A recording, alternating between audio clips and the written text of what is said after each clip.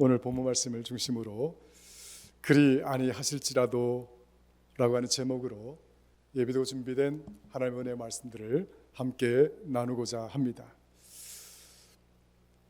이제 이스라엘 백성들은 바벨론에 의해서 강점을 당하고 또 바벨론에 의해서 노예로 끌려가고 이제 식민화되어진 자유 없는 백성이 되고 억압당하고 수탈당하고 압제당하는 그런 백성이 되고 말았습니다. 이때에 많은 유대인들이 바벨론에 의해서 바벨론 땅으로 포로로 끌려갔고 그 가운데 다니엘도 있었고 많은 유대인들이 함께 있었습니다. 어느 날 이 바벨론의 강력한 절대 군주였던 느부갓네살이 꿈을 꾸게 되고 그 이상한 꿈을 다니엘이 해석해 줌으로써 해몽을 해줌으로써 다니엘을 비롯한 세 친구가 이제 왕을 보좌하는 그런 좋은 자리에 올라가게 됩니다. 근데 문제는 이 느부갓네살 왕이 강력한 권력과 또 독재자였던 제국주의 왕이었기 때문에 이 왕의 명령은 곧 법이고 이 왕의 명령은 절대 권력, 절대 명령이었기 때문에 그 어떤 누구도 바벨론 통치하에 있는 사람들은 거절할 수가 없고 거부할 수가 없었습니다. 근데 때 느부갓네살 왕이 금신상을 만들어서 이제 모든 백성들로 하여금 이 금신상에 절을 하라는 조서를 내리게 됩니다. 오늘 본문은 이 사건을 통해서 우리에게 보여주고자 하는 귀한 믿음의 교훈들을 우리에게 가르치고자 하고 있는 그런 장면입니다. 느부갓네살 왕이 바벨론 왕으로서 강력한 권력을 가지고 있고 그는 절대 군주로서 자신의 나라뿐만 아니라 자신들이 지배하고 있는 온갖 주변의 많은 나라들을 통치하는 절대 권력을 가진 왕이었습니다. 그의 말 한마디면 그 어떤 나라도 거부할 수가 없었고 그의 말 한마디면 모든 백성들이 그 앞에 굴복할 수밖에 없는 그러한 처지, 그런 힘을 가진 왕이었습니다. 그렇기 때문에 왕이 어떤 제도를 만들고 그 제도를 지키라고 그러면 모든 주변에 종속된 나라들 왕뿐만 아니라 모든 백성들이 그의 말을 따를 수밖에 없었죠. 그만큼 강력한 힘을 가지고 있었습니다. 그런데 오늘 본문에 보면 이 느부갓네살이 가진 이 강력한 힘을 무엇으로 표현을 하고 있는 거 아닐까? 금신상으로 표현을 하고 있습니다. 그러니까 느부갓네살 왕은 자신의 통치, 자신의 권력을 이 금신상을 만들어 놓고 거기에 절을 함으로써 자신의 권력을 거기에 결부시켜 놓고 온 백성들을 통치하고 온 나라를 지배하려고 하는 그런 정책, 그런 생각을 지금 갖고 있는 것이죠. 금신상이라고 하는 것, 우상을 만들어 놓고 여기에다 금을 입혔다라고 하는 것은 굉장히 큰 의미가 있습니다. 그것도 아주 작은 그런 우상이 아니라 오늘 본문에 보니까 그 크기가 한번 볼까요? 3장 1절에 보면 느부갓네살 왕이 금으로 신상을 만들었으니 높이는 60규빗, 너비는 6규빗. 그럼 여기다 50cm를 곱하게 되면 5, 6, 30. 그러니까 높이가 30m요. 폭이 3m가 되는 그 정도의 크기가 되는 것입니다. 그러니까 굉장히 큰 우상을 만들고 그 다음에 뭡니까? 거기다가 금을 입혔다는 것이죠. 금이라고 하는 것은 고대나 지금이나 현대나 모든 사람들이 추구하는 탐욕의 그런 실체가 됩니다. 그만큼 금이라고 하는 것은 모든 자본의 가장 강력한 힘을 갖고 있는 그런 소재이기도 하죠. 고대도 그랬고 현대도 금은 강력한 자본의 힘을 가지고 있습니다. 금을 가진 나라가, 금을 많이 가진 나라가 세계를 지배한다 하는 말이 있습니다. 미국이 가지고 있는 이 돈 달러가 왜 강력한 힘이 있느냐? 미국이 많은 금을 가지고 있었고 이 달러는 1달러에 해당되는 금을 바꿔주는 거예요. 처음에 달러가 나올 때는. 그러니까 많은 사람들이 금은 세월이 흘러도 가치가 변하지 않고 아무리 세상이 어지러워도 금의 가치는 변하지 않고 그대로 그 가치가 유지되는 것이기 때문에 상황이 어려워지거나 시국이 어려워지거나 경제가 어려워질 때일수록 많은 사람들이 금을 선호할 수밖에 없지요.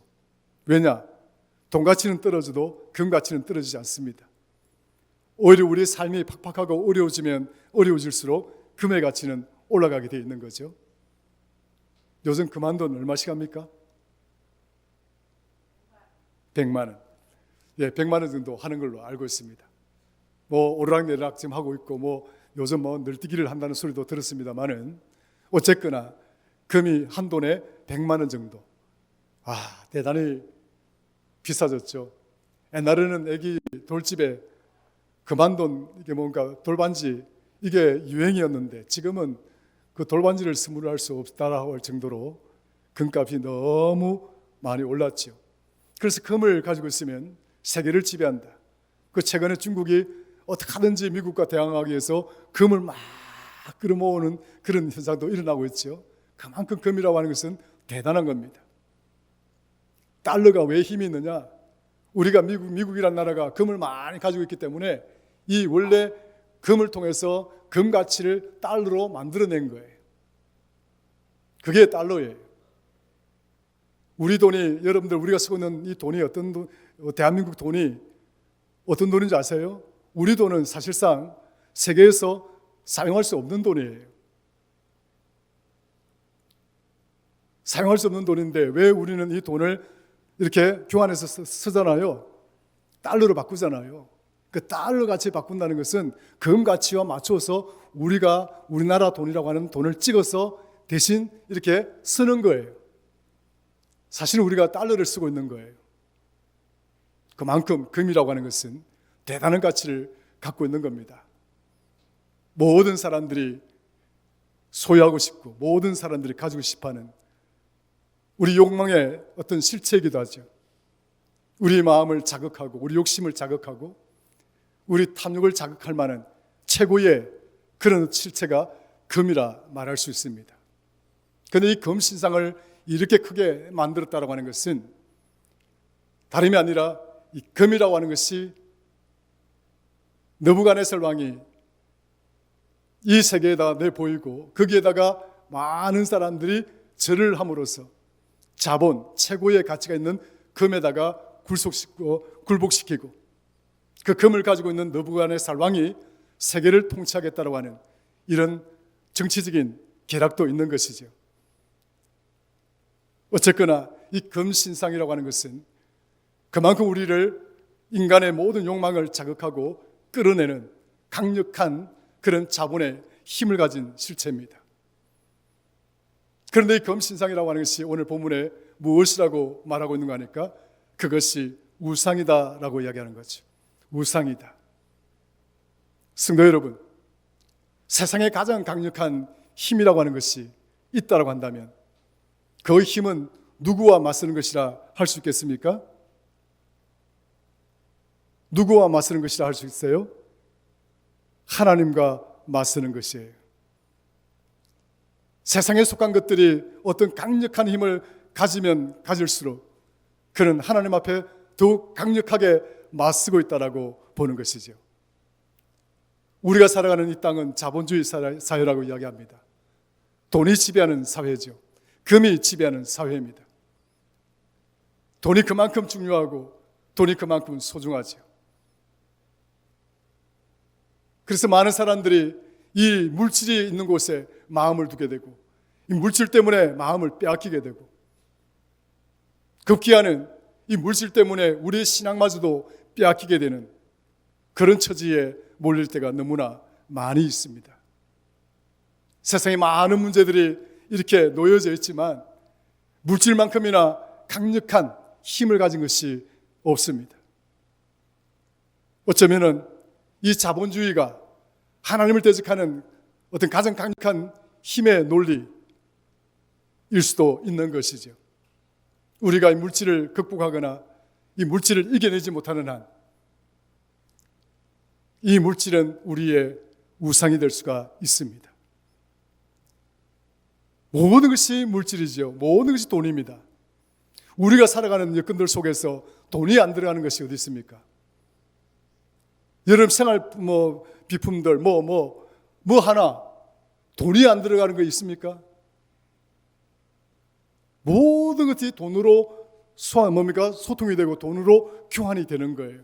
그만큼 돈이라고 하는 것이 굉장히 강력한 힘을 가지고 있는 것이죠. 성도들이 가장 강력한 유혹을 받는 것이 있다고 한다면 많은 것들이 있겠지만 그 중에서 이 물질의 유혹이 가장 강력하다라고 말씀을 드릴 수가 있습니다. 여러분들이 물질 때문에 하나님 앞에서 흔들려 본 적이 없으시나요? 헌금을 할 때 흔들려 보신 적 없으세요? 하나님의 명령에 따라서 이 물질을 하나님 뜻에 쓰고자 할 때 여러분들이 마음에 흔들려 보신 적이 없으신가요? 그만큼 물질을 이겨내지 못하면, 물질을 극복하지 못하면 우리가 믿음이 얼마나 흔들릴 때가 많이 있는가를 고백하게 되는 것이죠. 이 엄청난 금신상을 두라라고 하는 평지에다가 세웁니다. 그래서 많은 사람들을 불러 모아서 그 앞에 절을 하도록 만듭니다. 물질에 굴복하게 만들고 그 물질을 쥐고 있는 권력과 그 힘 앞에 절을 하도록 만듭니다. 이 오만하고 교만한 이 느부갓네살 왕이 갖고 있는 최악의 모습이라고 할 수가 있는 것이죠. 그에게 무슨 하나님이 있겠습니까? 자신의 신을 형상화하고 자신의 신을 우상화해서 그 평지에다가 그대가 세워놓고 자기 속국들의 왕들을 부르고 관원들을 부르고 자기 통치하고 있는 자기 나라의 모든 관원들을 불러서 그리고 모든 백성들을 불러서 그 앞에 절하게 만드는 이 왕의 오만함과 교만함이란 우리 어찌 말로 다 설명할 수가 있겠습니까?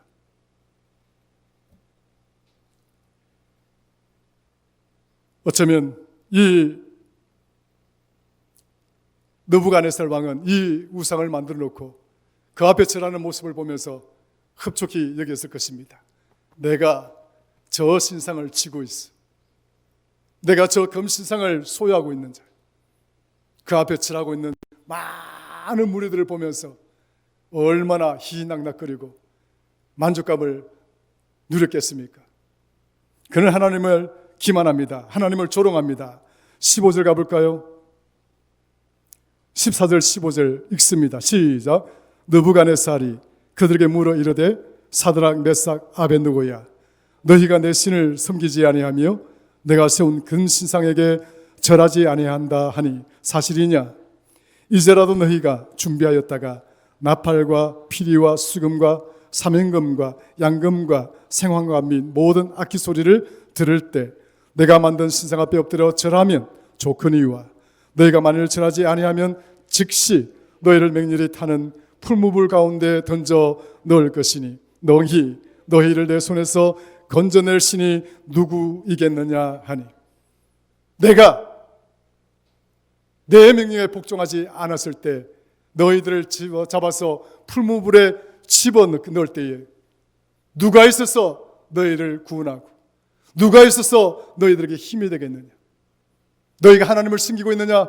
그 하나님이 이 풀무불 속에서 무슨 일을 할 수 있겠느냐?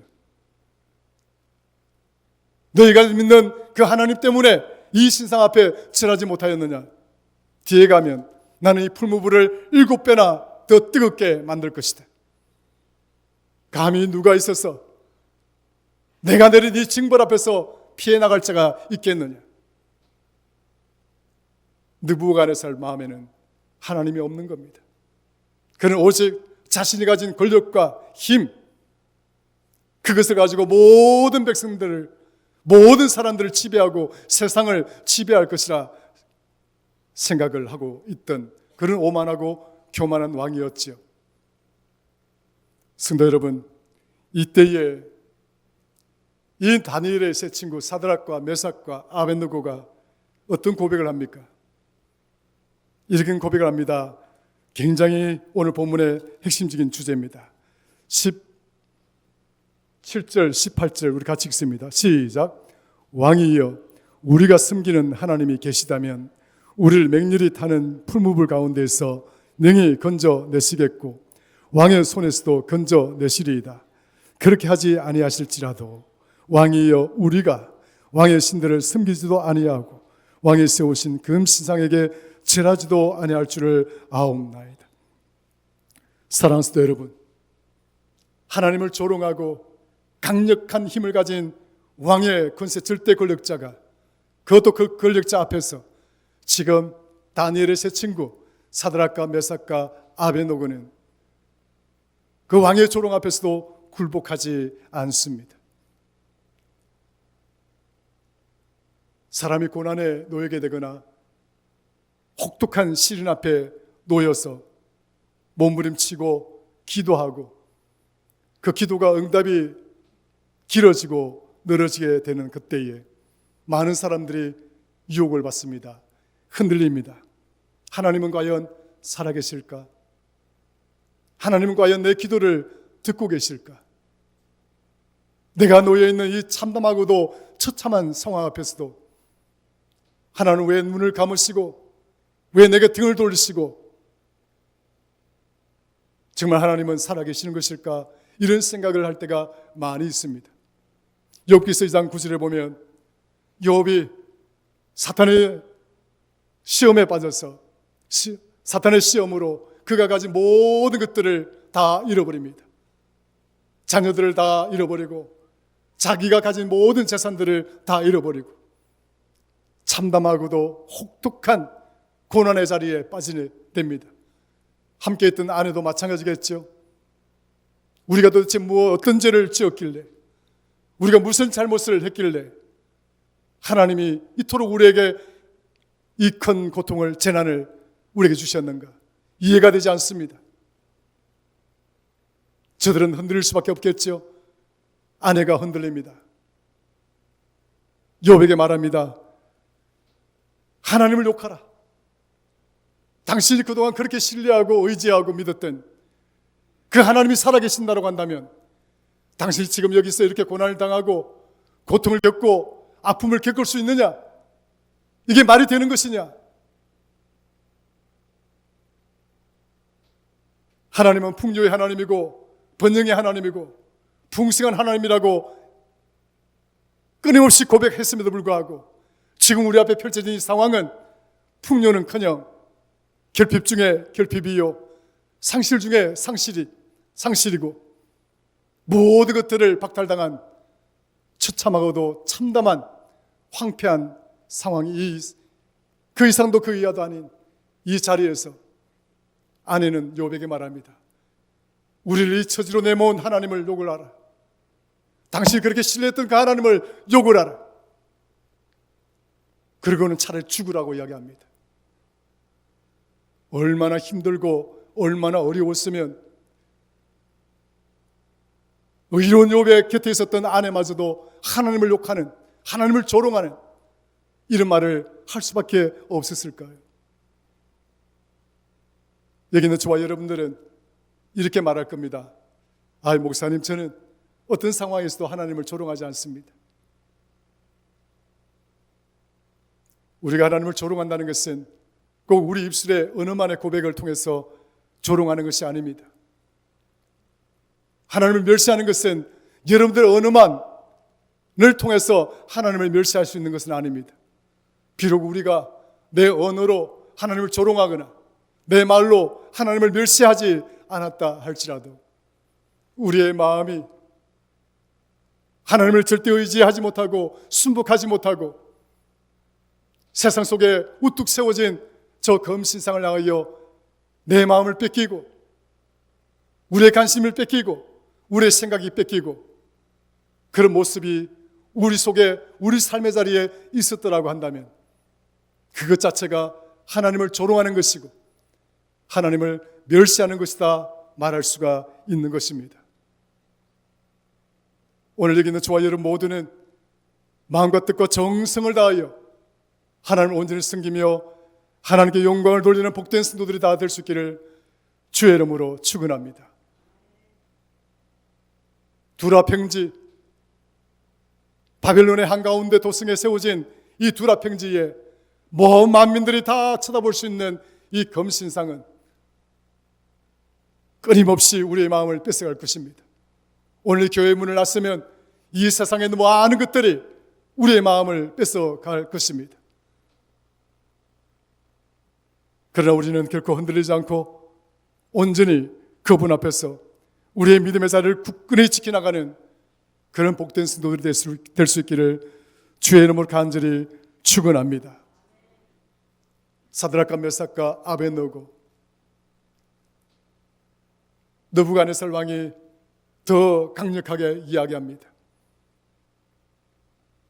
7배나 더 뜨겁게 할 것이라. 그들이 고백하기를 우리가 그 속에서 죽게 되고 혹여 하나님이 능력을 베푸셔서 우리를 살려주실 것이라 믿지만 그렇게 되지 아니하더라도, 그러하지 아니하실지라도, 따라하십시다. 그러하지 아니하실지라도, 그렇게 되지 아니하더라도, 그렇게 되지 아니하더라도, 왕이여 우리는 절을 하지 아니할 것입니다. 하나님이 이 풀무불 속에서 우리를 구해주지 아니한다 하더라도, 우리가 이 풀무불 속에서 참담하게 죽어가는 그런 상황이 펼쳐진다 하더라도 우리는 하나님을 배신하지 않습니다. 우리는 하나님께 등을 돌리지 않습니다. 내 하나님을 우리는 온전히 승리하며 그분 앞에 서 있을 것입니다. 이것이 오늘 말씀의 핵심인 거죠. 성도 여러분, 그러면 오늘 본문은 첫 번째 우리에게 이런 믿음의 교훈을 가르쳐주고 있습니다. 진정한 믿음의 핵심은 그리 아니하실지라도, 이것이 믿음의 첫 번째 핵심적 내용이어야 된다. 신앙이라고 하는 것은 하나님과 우리 사이에 계약상으로 기복적 보상신앙이 아닙니다. 내가 이만큼 했으니 하나님 이만큼 내게 주십시오. 내가 이만큼 했으니 하나님 더 많이 이만큼 주십시오. 우리의 신앙이란, 우리의 믿음이란, 우리가 누리는 축복이란 조건하에 누리는 것이 아닙니다.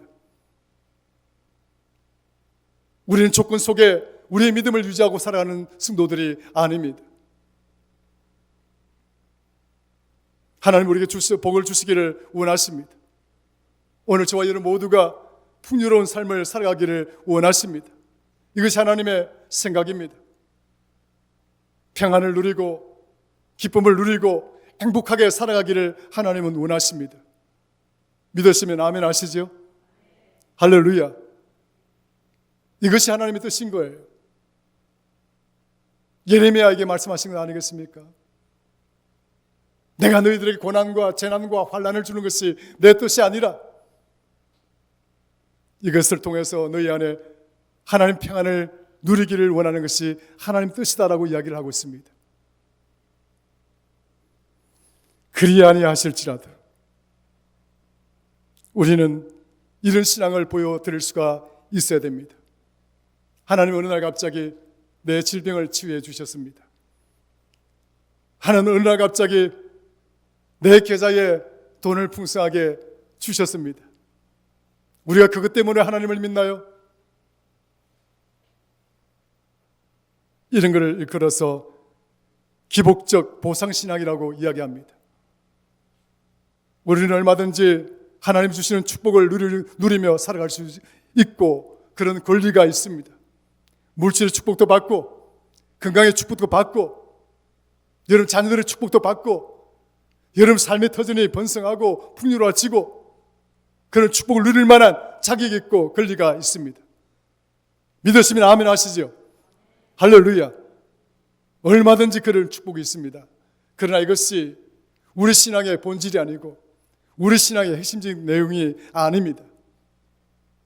때로는 그것들을 또 내가 생각했던 모든 것들, 내가 기대했던 그 모든 것들을 얻지 못하고 한순간에 욥처럼 다 깡그리 잃어버릴 수도 있는 것입니다. 어쩌면은 이 다니엘의 세 친구처럼 하나밖에 없는 이 목숨이 풀무불 속에 내어 던져지는 절대 절망적인 순간을 경험할 수도 있습니다. 이럴 때 내가 그동안 누리고 지켜왔던 이 믿음이 내게 무슨 말을 하고, 내가 그동안 지켜왔던 내 믿음이 하나님에 대하여 무슨 고백을 할 수 있겠는가라고 하는 사실을 생각하는 것은 또 다른 문제입니다. 여러분 어떻게 하실래요? 이런 참담하고 아무것도 할 수 없는 극한적인 이 절망 앞에 섰을 때에 여러분들은 무엇이라고 하나님께 고백을 할 수가 있겠나요? 하나님, 그리 아니하실지라도, 하나님 나를 구해주지 아니하시고 그냥 이 풀무불 속에 내버려 던져 두실지라도 나는 하나님을 외면치 아니하리라. 오직 하나님 앞에 모든 것을 내어 맡기고 그분 앞에 순복의 믿음을 보이는 이 고백을 하는 사드락과 메삭과 아벳느고의 이 믿음이 오늘 저와 여러분들의 믿음이 될 수 있기를 주의 이름으로 축원합니다. 그러므로 하나님은 우리의 수단이 아니라 하나님 우리의 목적이어야 된다. 하나님 나의 병을 고쳐주었기 때문에 내가 하나님을 믿는 것이 아니라, 하나님 나에게 풍요로운 물질을 축복을 주셨기 때문에 하나님을 믿는 것이 아니라, 하나님은 내 인생의 궁극적인 목적이어야 된다는 거예요. 그분이 오직 이 천지 만물을 통치하시고 세상에 세워진 이 두라평지에 세워진 금시상이 아니라 지금마저도 하나님의 손바닥에서 통치를 받고 통제당하고 있다는 사실을 믿을 수 있는 그런 믿음으로 살아가는 것이야말로 그리 아니하실지라도라고 하는 이 다니엘의 세 친구의 신앙 고백과 같은 바로 그 고백이 오늘 우리가 어떠한 믿음의 삶을 살아야 될 것인가를 가르쳐주고 있는 귀한 교훈이다라고 말씀을 드릴 수가 있습니다. 하나님은 수단이 아니라 하나님은 우리의 절대적인 목적이 되어져야 된다. 우리가 추구하는 목적이어야 된다. 오늘 저와 여러분 모두에게 하나님 우리의 최고의 목적이 되기를 주의 이름으로 축원합니다. 그래서 마틴 루터는 십자가 신학이라고 하는 책에서 이런 이야기를 합니다. 하나님은 인간의 지혜나 영광, 번영, 성공 속에서 발견되는 것이 아니라 인간이 보기에 가장 수치스럽고 약한 곳인 십자가에서 자신을 계시해 보인다. 하나님은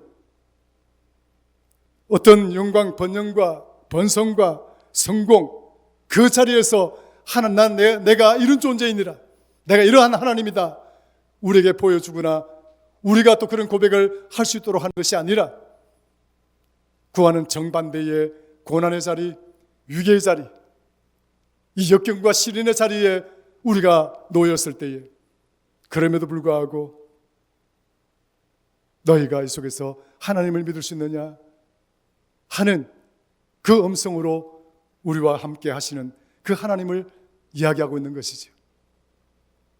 그래서 루터는 말합니다. 하나님은 고난의 가면을 쓰고 계신다.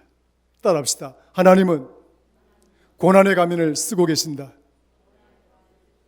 네, 우리가 고난에 놓일 때 비로소 하나님을, 진정한 하나님을 만날 수가 있다. 여러분들 어려움에 빠졌을 때 그때서야 진정한 하나님을 만날 수가 있는 것입니다. 그 하나님이 여러분들 부여로운 자리로, 풍요로운 자리로, 그리고 마지막 순간까지 그 하나님이 오늘 저와 여러분들과 함께 하시기를 주의 이름으로 축원합니다. 그러므로 고난이라고 하는 것은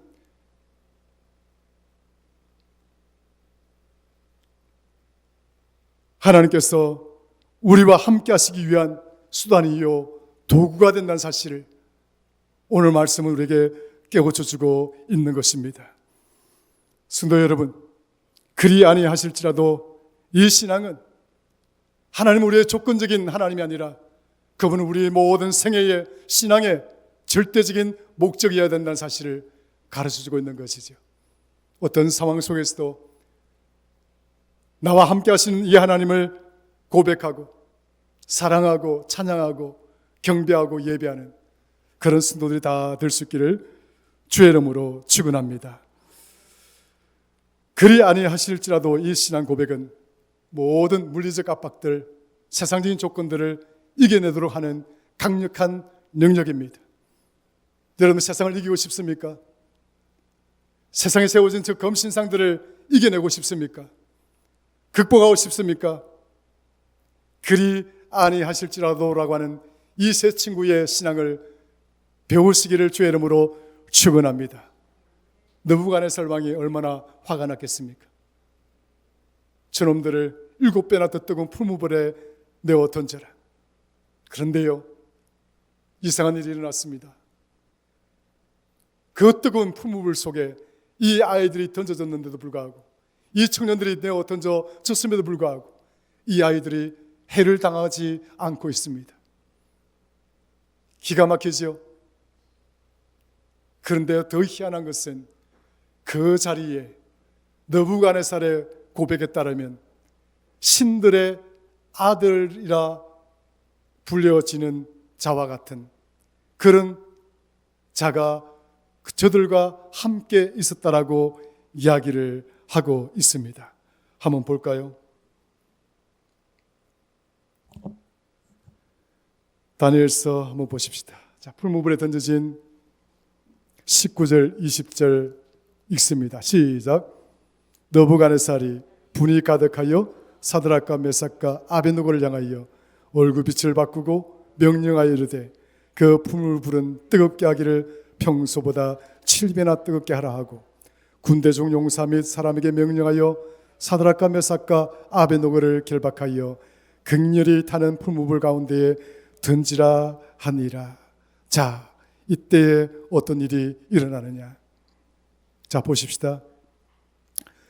24절, 25절 가봅니다. 시작. 그때에 느부갓네살 왕이 놀라 급히 일어나서 모사들에게 물어 이르되 우리가 결박하여 불 가운데 던진 자는 세 사람이 아니었느냐 하니 그들이 왕에게 대답하여 이르되 왕이여 올소이다 하더라. 왕이 또 말하여 이르되 내가 보니 결박되지 아니한 네 사람이 불 가운데로 다니는데 상하지도 아니하였고 그 넷째의 모양은 신들의 아들과 같도다. 한번 따라합시다. 신들의 아들과 같도다.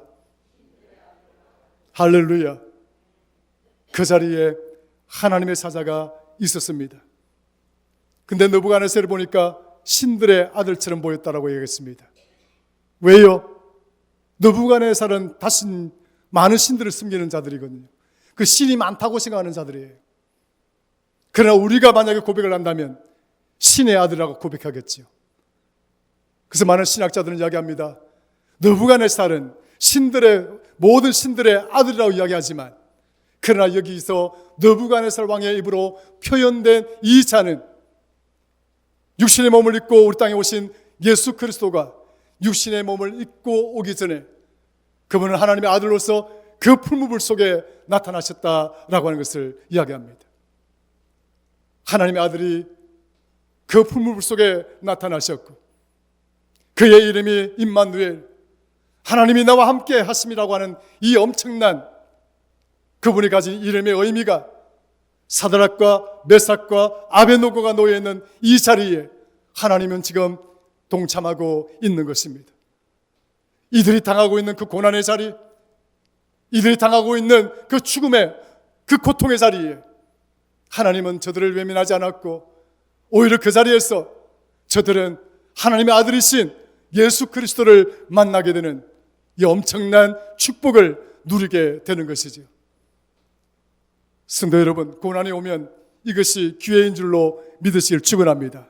여러분이 때로 어려워지거든 이때가 나와 함께 하시는 하나님을 만나게 되는 최고의 기회의 시간이구나 고백할 수 있는 그런 성도가 되시기를 주의 이름으로 간절히 축원합니다.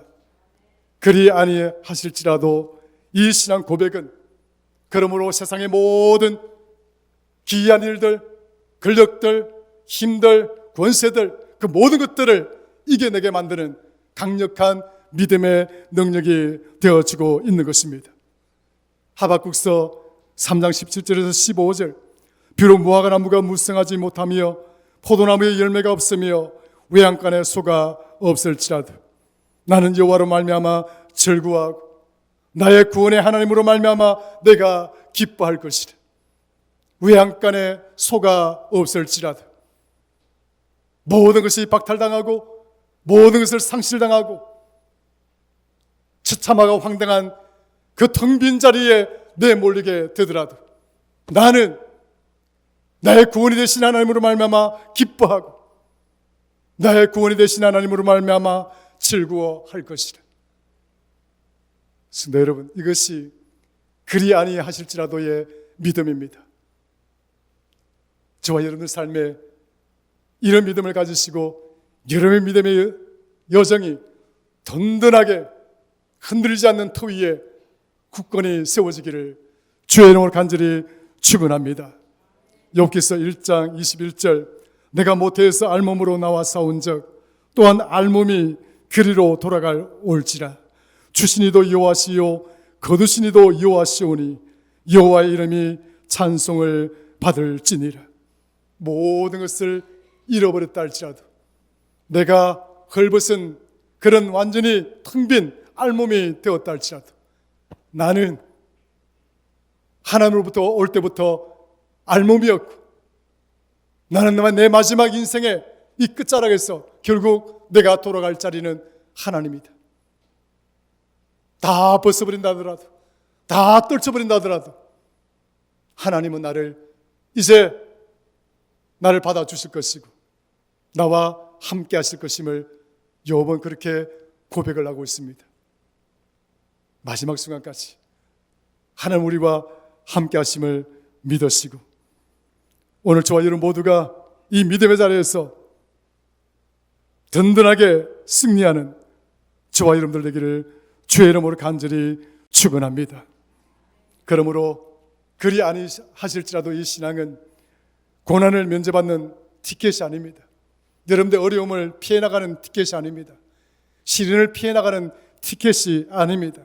그 고난과 시련, 역경 한가운데에서 나와 함께 하시는 그 하나님과 변함없이 동행하는 것이야말로 그리 아니하실지라도의 두 번째 핵심적 주제입니다. 오늘 이 말씀을 통해서 은혜가 되시기를 바라고 오늘 저와 여러분 모두가 함께 승리하기를 주의 이름으로 축원합니다. 하나님 아버지 고맙고 감사합니다. 우리의 믿음이란 어떤 조건 때문에 생긴 것도 아니고 또 그것 때문에 하나님을 믿는 것도 아닙니다. 오직 우리는 하나님의 자녀요 하나님의 백성이요 우리가 하나님 앞에 서는 그 순간까지 세상의 수많은 유혹들과 시험들 앞에서도 흔들리지 않는 모습으로 이 믿음의 여정을 지켜내게 하셔서 마지막 순간에 반드시 승리하는 우리 복된 성도들 되게 하여 주옵소서. 감사합니다. 예수님의 이름으로 기도드리옵나이다. 아멘.